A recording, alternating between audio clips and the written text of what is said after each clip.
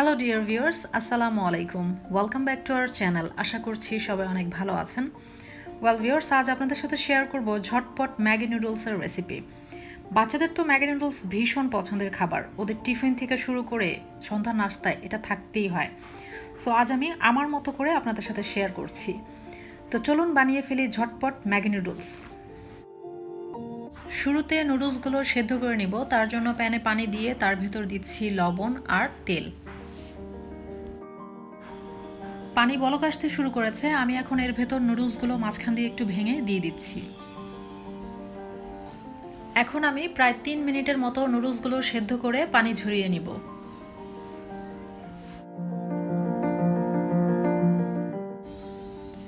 দেখুন সেদ্ধটা একদম পারফেক্ট হয়েছে।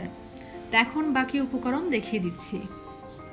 তো আমি এখানে নিয়েছি গাজর কুচি, পেঁয়াজ কুচি, কাঁচামরিচ, পেঁয়াজ পাতা আর ফ্রোজেন মটরশুঁটি।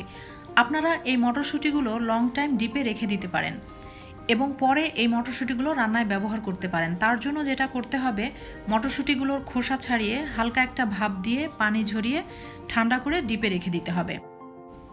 তো আমি প্যানে তেল দিয়ে তার ভেতর দিয়ে দিচ্ছি পেঁয়াজ কুচি আর কাঁচামরিচ।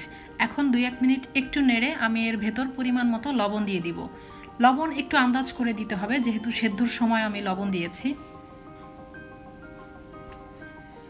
এই পর্যায়ে দিচ্ছি ডিম। ডিম দিয়ে একটু একটু নাড়তে হবে, ঘন ঘন নাড়া যাবে না, তাহলে ডিম বেশি ঝুরি হয়ে যাবে। কিছুক্ষণ পরপর একটু নেড়ে ডিমগুলোকে খুব ভালো করে মশলার সাথে মিশিয়ে নিতে হবে।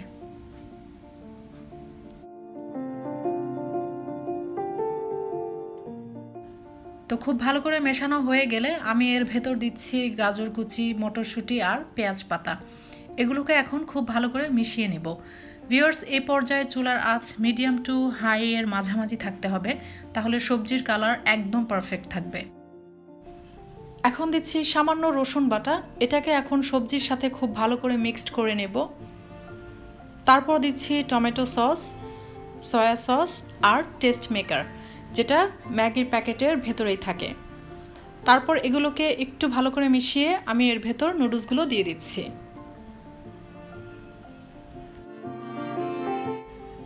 নুডলস দিয়ে খুব ভালো করে সব কিছুর সাথে মিশিয়ে নিব। ডিয়ার ভিউয়ার্স, হয়ে গেল ঝটপট ম্যাগি নুডলস। তো আমাদের আজকের ভিডিওটি ভালো লাগলে like, share and please subscribe our channel. আজকের মতো শেষ করছি। সবাই অনেক ভালো থাকবেন। আল্লাহ হাফেজ।